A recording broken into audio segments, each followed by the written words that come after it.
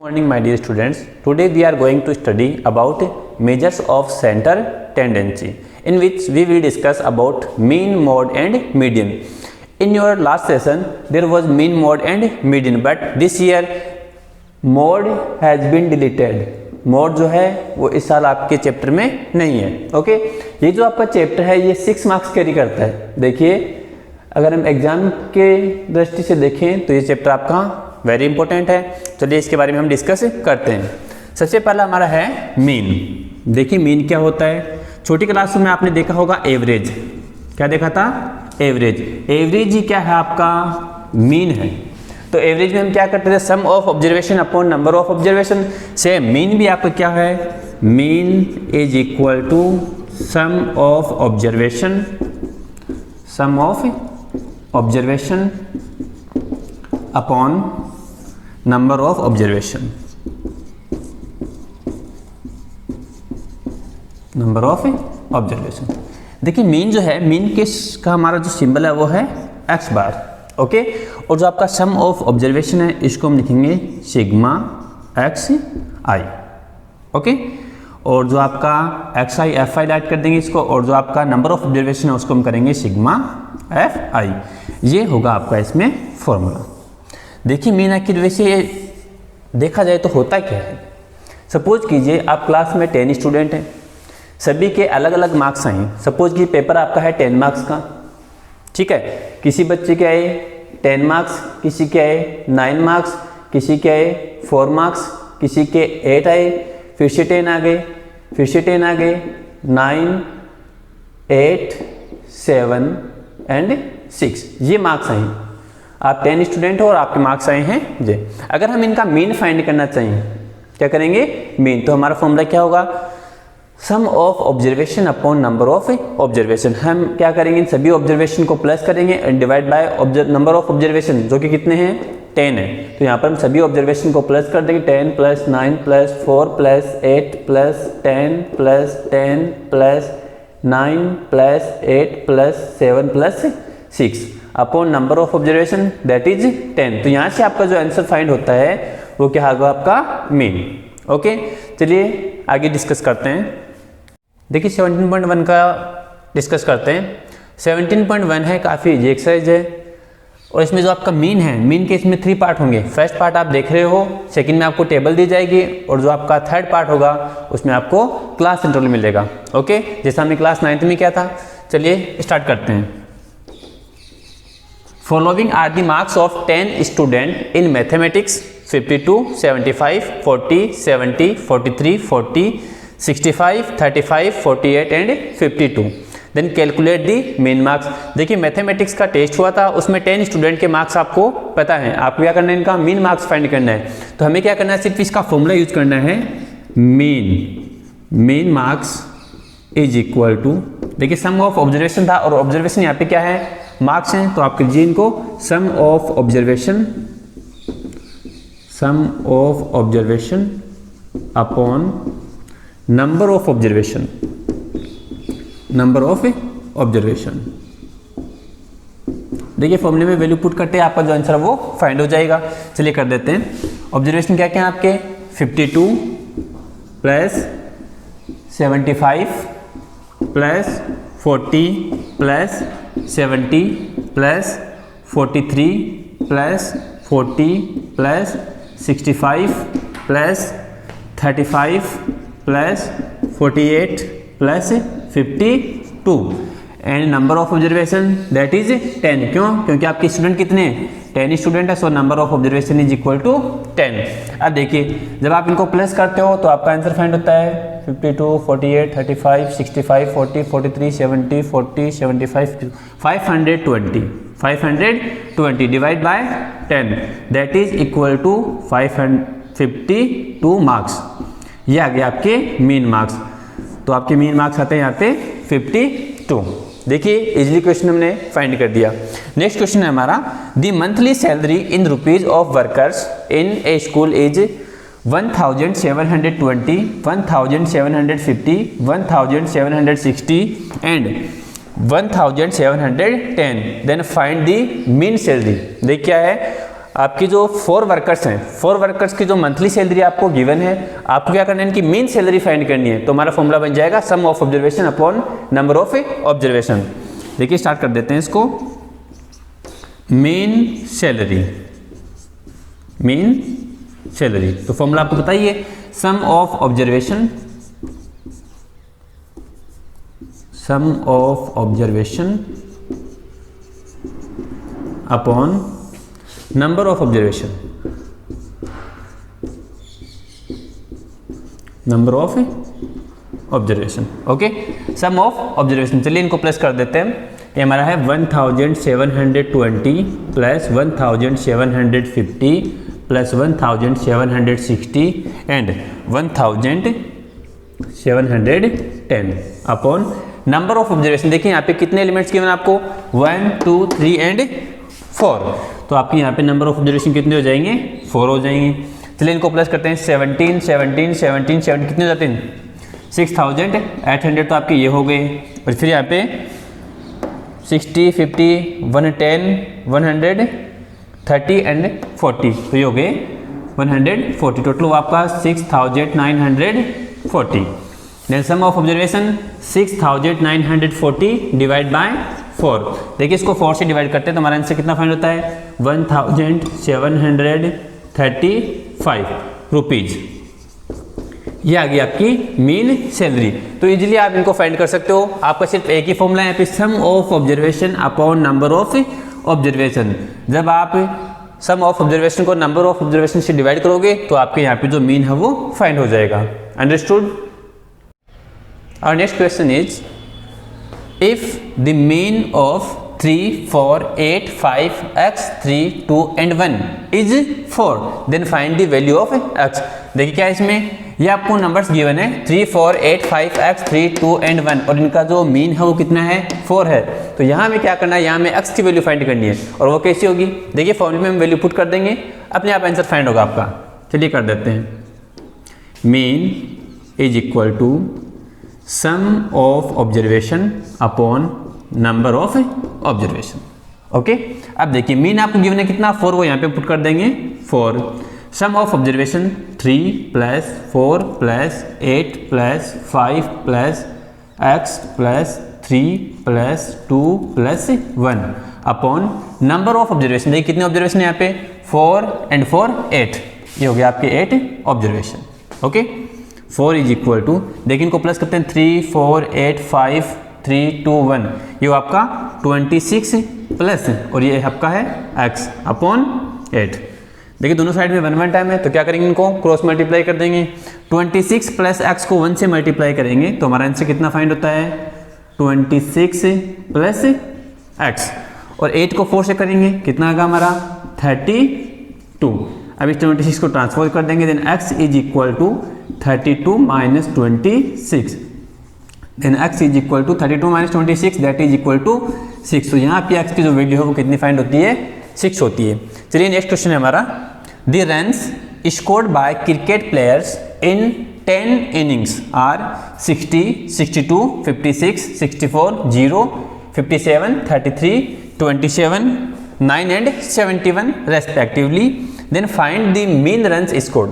देखिए क्रिकेट में क्या हुआ, जो 10 प्लेयर हैं उन्होंने इतने रन बनाए और आपको क्या करना है, इनका मीन मार्क्स जो मीन स्कोर है वो आपको फाइंड करना है। इसलिए कर देते हैं, mean runs score, mean runs score that is sum of observation upon number of observation, sum of observation upon number of observation.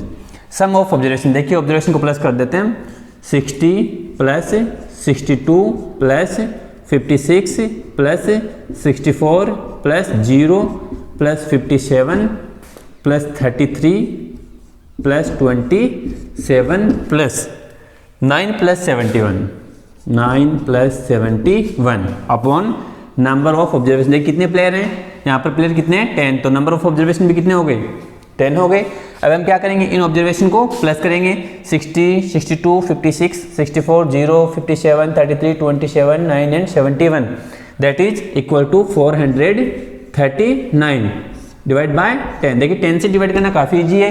यहाँ पे 1 0 तो 1 डिजिट पे हम डेसिमल यूज कर देंगे यहाँ पे, तो ये हो गया हमारा 43.9 रन्स। ये हो गया हमारा मीन स्कोर। देखिए कितनी इजीली हमने क्वेश्चन को फाइंड कर दिया। ओके, देखिए हमारा नेक्स्ट क्वेश्चन है, in a monthly test 10 students score the following marks in English, calculate the mean marks. देखिए 10 स्टूडेंट थे, उनके मंथली टेस्ट में जो मार्क्स हैं वो दिखा रखे हैं आपको 30, 28, 32, 12, 18, 20, 25, 15, 26 एंड 14। और ये हैं आपके रोल नंबर। ठीक है, तो रोल नंबर से इसमें आपको कोई लेना नहीं है, आपको क्या करना है यहाँ पे मार्क्स को देखना है। ठीक है, तो यहाँ पर हम इसका जो मीन है वो फाइंड कर देंगे। Mean marks is equal to sum of observation upon number of observation. Okay, sum of observation देखिए ये जो आपके मार्क्स हैं इनको प्लस कर देते हैं हम, 30 plus 28 plus 32 plus 12 plus 18 plus 20 plus 25 plus 15 plus 26 plus 14 upon number of observation कितने हैं, 10 स्टूडेंट हैं, नंबर ऑफ ऑब्जर्वेशन 10 हो गए। Okay, now 30, 28, 32, 12, 18, 20, 25, 15, 26 and 14 that is equal to 220 divide by 10। देखिए 0 0 cancel out, then your mean marks is equal to 20। तो यहाँ पर हमारा मीन फाइंड होता है 20। ओके, देखिए काफ़ी इजी मेथड से आपने जो है मीन मार्क्स फाइंड कर दिए यहाँ पर। Next question is, in a school the number of books issued to the students on 10 different days are as follows: 300, 405, 455, 489, 375, 280, 418, 502, 300, 476. Then find the mean number of books issued every day. देखिए school की जो library है उसमें 10 days में क्या हुआ, पहले दिन इतनी बुक इशू हुई, दूसरे दिन इतनी हुई, तीसरे दिन इतनी हुई, और 10 दिन तक लगातार ऐसा ही चलता रहा। तो आपको बताना है इसमें कि पर डे कितनी बुक इशू हुई है, मीन्स इसका जो मीन बुक है पर डे मीन बुक कितनी इशू हुई है। तो क्या करना है, इक्वल करना है इनको, मीन्स इसका हमें मीन फाइंड करना है।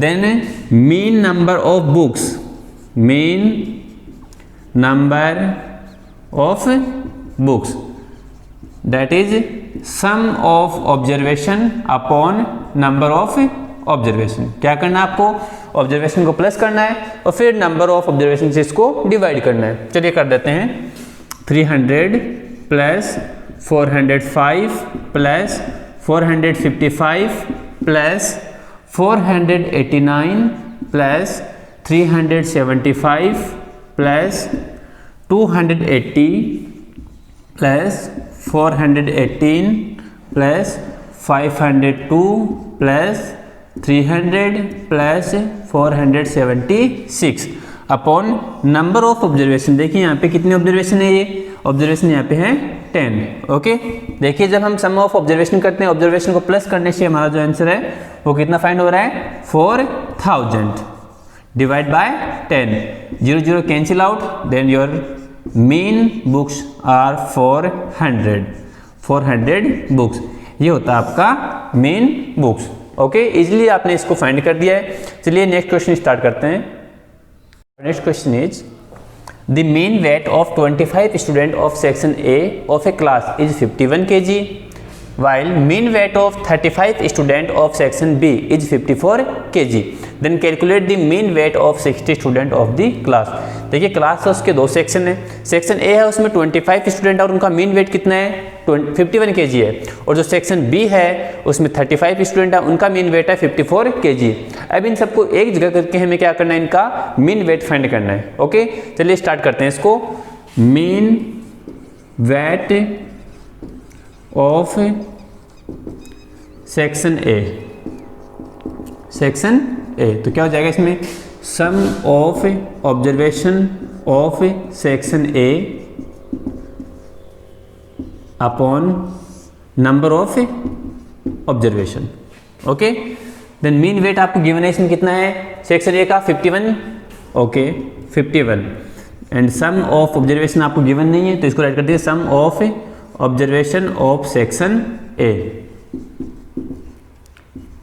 Upon number of observation. देखिए सेक्शन ए है उसमें कितने स्टूडेंट हैं 25, ये हो गया आपका 25।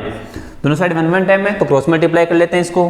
Then sum of observation of section A is equal to 25 into 51, 51 into 25, 51 into 25 1275 kg। देखिए जो सेक्शन ए है उसका हमने टोटल जो सम है वो फाइंड कर लिया है। अब सेक्शन बी पे चलते हैं। Mean weight of section B that is sum of observation of section B upon number of observation otherwise number of student. Mean weight of section B, देखिए सेक्शन बी है उसका मीन वेट कितना है 54 kg, 54 and sum of observation आपको पता नहीं है तो हम इसको राइट कर देंगे sum of observation of section B. Section B number of observation, देखिए सेक्शन बी में 35 स्टूडेंट हैं तो यहाँ पे हम राइट कर देंगे 35। Both side 1 1 time, now cross multiply. Sum of observation of section B is equal to 35 into 54, 54 into 35। लेकिन इनको मल्टीप्लाई करते हैं तो हमारा आंसर फाइंड होता है 1890 kg। ओके, अब देखिए आपने सेक्शन ए है, पहले आपको सम ऑफ ऑब्जर्वेशन पता नहीं था, अब आपने क्या किया सेक्शन ए है उसका भी आपने सम ऑफ ऑब्जर्वेशन फाइंड कर लिया और सेक्शन बी है उसका भी आपने सम ऑफ ऑब्जर्वेशन फाइंड कर लिया। अब क्या करना है इन सभी स्टूडेंट को एक जगह लेकर आना है और उनका एक साथ मीन वेट फाइंड करना है। देन मीन वेट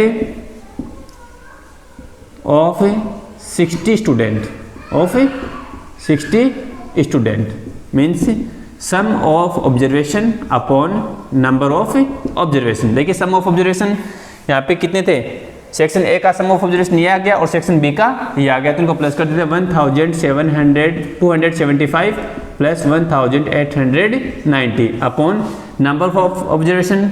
अब ऑब्जर्वेशन कितने हो गए 25 यहाँ पे थे और 35 यहाँ पर हैं तो टोटल ऑब्जर्वेशन कितने हो गए 60 हो गए। 1275 plus 1890 that is 3165 divide by 60। देखिए 60 को डिवाइड करते हैं इसको तो ये तुम्हारा 52.75 kg, ये हो गया आपका मीन वेट। अब आपके जो 60 स्टूडेंट हैं उनका जो मीन वेट है वो कितना हो गया 52.75। Okay, our next question is the mean of 5 number is 18. If one number is excluded, the mean becomes 60. Then find the excluded number. देखिए क्या था, पहले आपके पास 5 नंबर थे और 5 नंबर का जो मीन था वो कितना था 18 था। अब आपने क्या किया एक नंबर को वहां से रिमूव कर लिया तो आपके पास नंबर कितने हैं 4 नंबर है, उन 4 नंबर का मीन कितना है 16। तो आपको बताना है आपने जो नंबर रिमूव किया था वो कितना है। चलिए स्टार्ट करते हैं। Mean of 5 numbers, mean of 5 numbers is equal to sum of 5 numbers upon number of observation। Okay, तो 5 नंबर का जो आपका मीन था वो कितना था यहाँ पे 18 था। सम ऑफ 5 नंबर पता नहीं है हमें तो हम राइट कर देंगे sum of 5 numbers upon number of observation कितने नंबर हैं 5, तो यहाँ पे क्या आ जाएगा आपका 5 आ जाएगा। बोथ साइड 1 1 टाइम कीजिए cross multiply. Sum of 5 numbers is equal to 18 5 जा 90, कितना आ गया आपका 90 आ गया। अब चलिए आगे की बात करते हैं। अब आपने क्या किया एक नंबर है वो रिमूव कर लिया है तो रिमेनिंग नंबर कितने हैं 4। Then mean of 4 number, mean of 4 number is equal to sum of 4 number upon number of observation। mean of 4 number that is 16 and sum of 4 number, sum of 4 number upon number of observation कितने number हैं 4 है, तो यहाँ पे भी क्या आएगा आपका 4 आएगा। बोथ साइड 1 1 10 कीजिए cross multiply. Sum of 4 number is equal to 16 4 जा 64। देखिए 5 नंबर का जो सम था वो तो कितना है 90 और 4 नंबर का जो सम है वो कितना है 64। इन दोनों के बीच में जो एक नंबर का डिफरेंस है वो क्या है, वो है एक्सक्लूडेड नंबर। अब अगर हम इस 5 नंबर के सम में से 4 नंबर के सम को सब्ट्रैक्ट करते हैं तो हमें क्या फाइंड हो जाएगा, excluded number. Excluded number is equal to sum of 5 numbers minus sum of 4 number. Sum of 5 number 90 and sum of 4 number 64। 90 minus 64 that is 26। तो आपने जो नंबर रिमूव किया था वो कितना था 26 था। ओके, और next question is the mean of 13 numbers is 24। देखिए आपके पास 13 जो नंबर है उनका मीन कितना है 24 है। If 3 is added to every number what will be new mean. देखिए क्या होता है, आपके पास 13 नंबर थे और उन 13 नंबर का जो मीन था वो कितना था 24। अब आप क्या कर रहे हो, उन सारे नंबरों में 3 3 प्लस कर रहे हो, तो नया जो मीन आने वाला है वो क्या आएगा आपसे पूछा गया है। देखिए अगर एवरी नंबर में आप कोई नंबर ऐड करते हो या कोई नंबर सब्ट्रैक्ट करते हो या किसी नंबर से मल्टीप्लाई करते हो या किसी नंबर से डिवाइड करते हो, एवरी नंबर की बात कर रहे हैं यहाँ पे, तो मीन के साथ भी सेम वही होगा। ठीक है, तो यहाँ पर हम क्या करें, ईच नंबर में 3 ऐड करें तो मीन में भी क्या होगा, यहाँ पे 3 ऐड हो जाएगा। देन न्यू मीन बिकम्स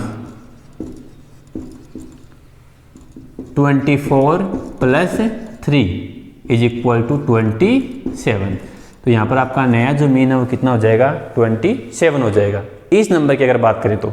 या फिर आप सिस्टमेटिकल तरीके से अगर इसको करना चाहो तो कैसे करोगे, देखिए mean is equal to sum of observation upon number of observation. Okay, देखिए सम ऑफ ऑब्जर्वेशन तो इनका तो पहले से फिक्स हो गया, तो इनका तो हम मीन कर देंगे कितना 24, वो तो फिक्स हो गया। अब जो बचा हुआ उसकी बात करते हैं। इस नंबर में आप 3 ऐड कर रहे हो तो 13 नंबर में कितना होगा 3 इंटू 13 और नंबर ऑफ ऑब्जर्वेशन भी कितने 13 है। Then 24 plus 13 cancel out 3 is equal to 27। तो इस तरह से जो आपका न्यू मीन है वो कितना आ जाएगा 27। अगर आप इस नंबर में से 3 माइनस करते तो यहाँ मीन में भी 3 माइनस हो जाता, 24 माइनस 3 इज इक्वल टू 21 हो जाता। अगर आप इस नंबर को 3 से मल्टीप्लाई करते तो आपको जो मीन है वो भी 3 से मल्टीप्लाई हो जाता। ओके, चलिए हमारा जो नेक्स्ट क्वेश्चन है वो देखते हैं। The main salary of 5 employees in a school is 3000। एक स्कूल है बेटा, वहाँ पर 5 एम्प्लॉइज है और उन 5 एम्प्लॉइज की जो मेन सैलरी है वो कितनी है 3000। यहाँ आपको मेन पहले से गिवन है। If one of the employee retires, अब क्या होता है कि एक जो एम्प्लॉय है वो रिटायर हो जाता है, then the mean monthly salary of the remaining employee becomes 3200।